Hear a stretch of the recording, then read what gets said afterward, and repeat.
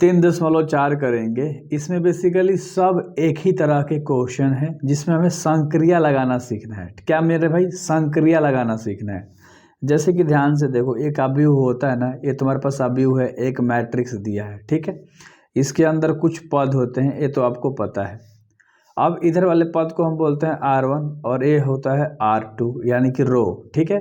और ये जो खड़ा खड़ा होता है ये पूरा क्या है, C1 और ये पूरा क्या है मेरे भाई, C2 यानी कि कॉलम, ठीक है। रो को पंक्ति बोलते हैं, ये तो तुम्हें पता है। और कॉलम को हम बोलते हैं स्तंभ बोलते हैं। ये चीज़ें आपको याद होनी चाहिए। चलो इतना आपको तो याद है, बट हम क्या बोल रहे हैं इसमें कि हम रो को पंक्ति बना सकते हैं और पंक्ति को रो बना सकते हैं। बट इस केस में ऐसे नहीं करो, रो को इंटरचेंज कर सकते हैं। समझ में आ रहा है, कॉलम रो नहीं, रो को रो से चेंज कर सकते हैं।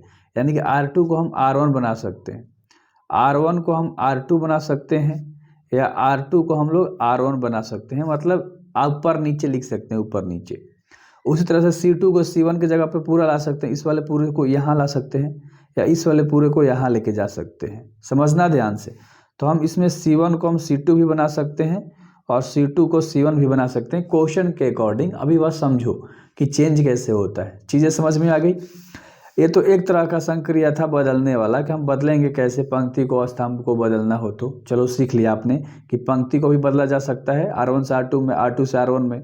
स्तंभ को भी बदला जा सकता है C1 से C2 में, C2 से C1 में, ठीक। आगे देखो, अगर मान लो हम R1 पे संक्रिया लगा रहे हैं, इस पे हम संक्रिया लगा रहे हैं, नियम लगा रहे हैं, इस पर रूल लगा रहे हैं, तो हम इसमें गुणा भी कर सकते हैं। जैसे 3 से R1 में गुणा कर दिया, गुणा भी कर सकते हैं। ध्यान से समझना, R1 में ही 3 से गुणा भी कर दिया, या कोई भी संख्या से कर सकते हो। जिससे मान लो R2 में आप लगा रहे हो, तो मान लो K से आपने गुणा करा, K R1 हो जाएगा। तो गुणा भी कर सकते हो आप, जोड़ भी कर सकते हो। जिससे कि R1 में आपने संक्रिया लगाया। ध्यान से समझो, क्वेश्चन करोगे समझ में आएगा। अभी 5% आ रही है समझ में, तो समझो कि आपको आ रहा है। जैसे R1 में हम कोई भी संक्रिया लगाएंगे तो हम उसमें जोड़ भी सकते हैं। जैसे कि R1 में हम 2R2 को जोड़ना चाहते हैं, तो संक्रिया लगा के मतलब R1 में ही हम इस R2 को इसमें 2 से गुणा करके, यानी कि 4 दूनी 8 हम यहाँ पर लिख। जैसे R1 यहाँ पर क्या है हमारा, 4 है, तो हम 4 में संक्रिया लगाएंगे और उसके सामने वाला R2 में क्या करना है, 2 से गुणा। तो 2 से 4 में गुणा कर देंगे तो 8 हो जाएगा, और 8 4 क्या हो जाएगा, 12। तो इस तरह से हम संक्रिया लगाना सीखेंगे।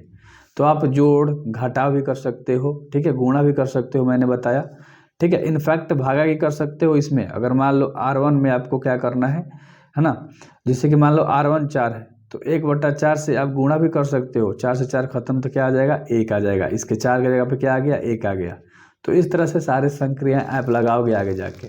अब ध्यान से देखो कि ये क्वेश्चन इसमें जितने भी होंगे किस नियम पे बनेंगे। व्युत्क्रमणीय अवयव सिर्फ इसमें निकालना सीखना है। मान लो तुम्हारे पास एक, मैं क्वेश्चन लेकर बताता हूँ। मान लो A बराबर तुम्हारे पास संख्या दी गई है, ध्यान से समझना। ये तुम्हारे पास A बराबर दिया गया है, तो हम लोग हमेशा चलेंगे A बराबर क्या होता है मेरे भाई, ध्यान से समझना, I इंटू ए। हम लोग यही मतलब ये जो रूल है, ये नियम रट लो, ये सूत्र है डेफिनेटली। यानी कि A का A इनवर्स जो है I के बराबर हमें लाकर दिखाना है, इतना लाकर दिखाना है। ध्यान से समझना। अब इस पे बनेगा कैसे, ध्यान से समझ लो। एक रूल है, एक नियम है, एक सूत्र भी बोल सकते हो, कुछ भी बोलो आप, बस इसे इतना रट लो। इसको भी डायरेक्ट लिखोगे कोई दिक्कत नहीं, इसको भी लिखो, चाहे इसको लिख के फिर इतना लिखो। आप 2 लाइन लिखो, चाहे उससे बढ़िया एक ही लाइन लिख दो। जैसे मान लो ये तुम्हारा क्वेश्चन हो गया ना, मान लो यहाँ तुम्हारा क्वेश्चन दिया है, देखो फिर से लिख के बताता हूँ कैसे क्वेश्चन बनेगा। ये तुम्हारा क्वेश्चन दिया है और संक्रिया पे बोलेगा बनाने के लिए, तो डायरेक्ट इसको हम लिखेंगे, क्या लिखेंगे, A इंटू ए का इनवर्स बराबर I। अब यहाँ पर I का मान तुम्हें पता होना चाहिए, जिसके विकर्ण में क्या होता है, 1 होता है और बाकी सब 0।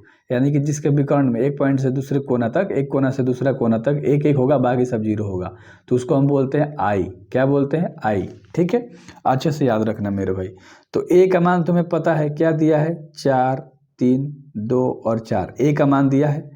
A इनवर्स यहाँ पर लगा आराम से, और I का मान तुम्हें पता है, ठीक है। अभी जस्ट मैंने बताया 2 इंटू 2 का मैट्रिक्स था, तो I का मान 2 इंटू 2 वाला लिखा गया। 3 इंटू 3 का रहता तो 3 इंटू 3 लिखा जाता। सिंपल सा सवाल है यार। तो इतना हो गया।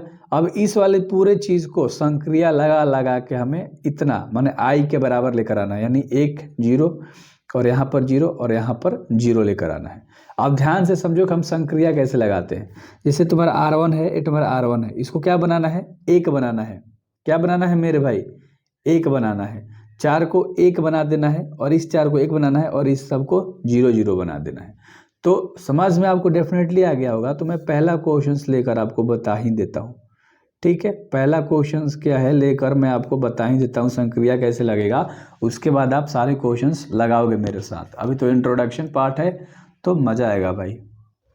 तो यह तुम्हारा पहला प्रश्न हो गया कि 1 से 17 तक के अवयवों के व्युत्क्रम उनका अस्तित्व है, तो प्रारंभिक रूपांतरण के प्रयोग से ज्ञात कीजिए। तो ध्यान से समझना, इसमें व्युत्क्रम ज्ञात करना है, यानी ए का इनवर्स ज्ञात करना है।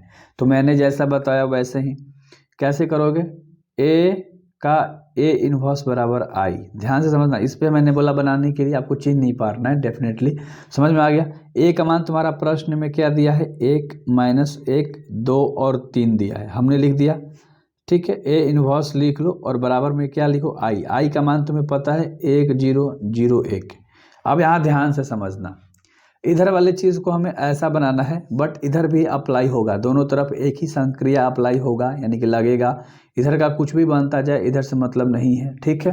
तो कोई ना, इसको हमें क्या बनाना है, पहले एक बनाना है। ध्यान से समझना, तो एक कैसे बनेगा, पहले से ही एक है तो इस पर लगाने की ज़रूरत नहीं है।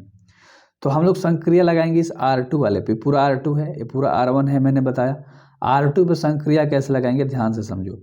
हम R2 पे संक्रिया लगा रहे हैं कि R2 में से हम 2 गुणे R1 को घटा देंगे, यानी कि इस R2 में से R1 को जस का था सभी लिख लो, 1 -1, ठीक है, और ना आप कंफ्यूज हो जाओगे, ठीक है। ए इन्वर्स है तो ए इन्वर्स लिख लो, और बराबर के बाद भी देख लो, R1 में हम नहीं लगा रहे हैं तो R1 जस का तस, ठीक है। हम R2 में संक्रिया लगा रहे हैं और हम कह रहे हैं कि R2 में से ये जो R2 है 2 है, तो 2 में से माइनस कर देना है कितना, 2 गुणे R1, यानी इस R1 में गुणा करना है 2 से, 2 गुणा R1। ध्यान समझना, तो 2 - 2 गुणा 1 क्या हो जाएगा, 2, और 2 में से 2 जाएगा तो क्या हो जाएगा, 0। तो 2 की जगह पे हमारा यहाँ क्या आ जाएगा, 0। इसमें भी संक्रिया लगेगा, ये भी तो तुम्हारा R2 है, तो 3 है, 3 में से क्या करना है, 2 गुणे R1, तो इसके ऊपर वाला यानी 2 गुणे -1 कर देना है। समझना ध्यान से मेरे भाई, ठीक है। तो यहाँ पर देखो 3 - 2 एकम 2, तो ये भी माइनस में हो जाएगा, तो माइनस माइनस प्लस, यानी ये क्या बना देगा, 5 बना देगा। ध्यान समझना, तो इसके जगह पे डायरेक्ट क्या आ जाएगा, हमारा 5 आ जाएगा। उम्मीद करता हूँ समझ में आ गया होगा। और यहाँ पर भी सेम संक्रिया लगेगा, ये भी तो R2 है, तो R2 में से 2R1 यानी कि 2 बन जाएगा, 2 गुणे 1 यानी 2 बन जाएगा, 0 में से 2 जाएगा तो यहाँ पर क्या बना देगा, -2। और यहाँ पर भी तो R2 है, R2 में से 0 में गुणा करोगे तो 0, तो यहाँ पर क्या रहेगा तुम्हारा, 1 ही रहेगा। ध्यान से समझना चीज़ें कैसे बता रहा हूँ। तो उम्मीद करता हूँ कि इतना एक लाइन समझ में अच्छे से आ गया होगा। उसी तरह से अब हमें सिर्फ इसको क्या बना देना है, इसको पहले 0 बनाना है। तुम्हें तो पता ही है, देखो 1 1 आई का मान तुम्हें पता है ना क्या होता है, 1 0 0 और 1 होता है, मैंने बताया, यही तो बनाना है। तो यहाँ पर अब हमें क्या बनाना है, 0।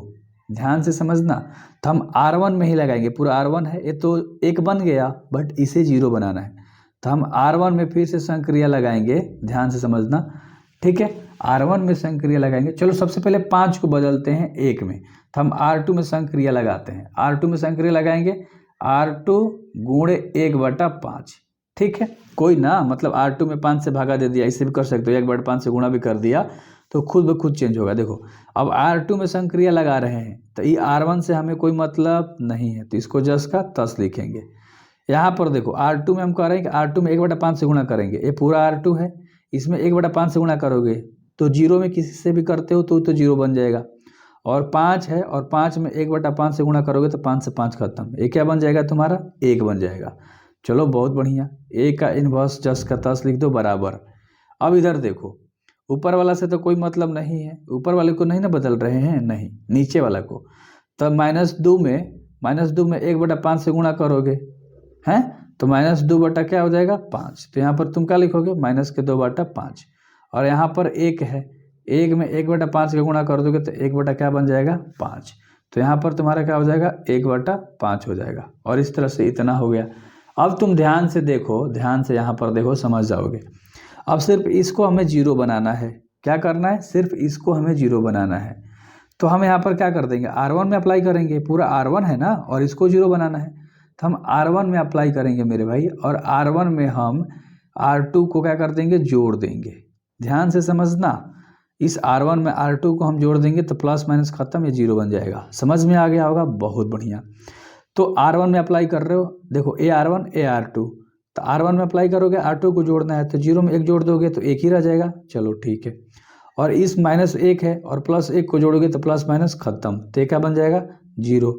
R1 में अप्लाई किया था, R2 से कोई मतलब नहीं है तो इसको जस का तस लिख दिया, ए इनवर्स जस का तस लिख दिया, बराबर। अब यहाँ देखो R1 में अप्लाई किया था, R2 को जोड़ रहा था, तो एक प्लस R2 क्या है, माइनस में 2/5 है, तो प्लस माइनस ये क्या बन जाएगा, एक माइनस 2/5, बाटा पे को जोड़ आता है तो एलसीएम 5, तो 5 माइनस 2 यानी 3 में क्या बन जाएगा, 5 बन जाएगा। तो यहाँ से तुम्हारा 3/5 आ जाएगा। इसमें भी तुम जोड़ोगे, जीरो में क्या जोड़ दोगे, 1/5 को, क्योंकि R1 में R2 को जोड़ना है, तो तुम्हारा डायरेक्ट आंसर क्या दे देगा मेरे भाई, 1/5 ही दे देगा।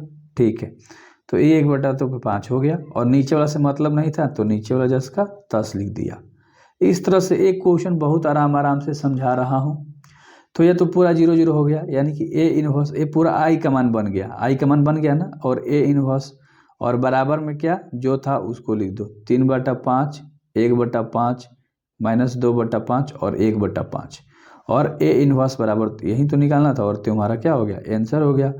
तो उम्मीद करता हूँ कि आपको अच्छे से समझ में आया होगा एंड आपको मज़ा आया होगा कि मैंने अच्छे से समझा दिया। आई होप कि आपको समझ में आया होगा एंड आप लाइक करोगे, चैनल को सब्सक्राइब करोगे एंड अपने दोस्तों को बताओगे। So thank you very much.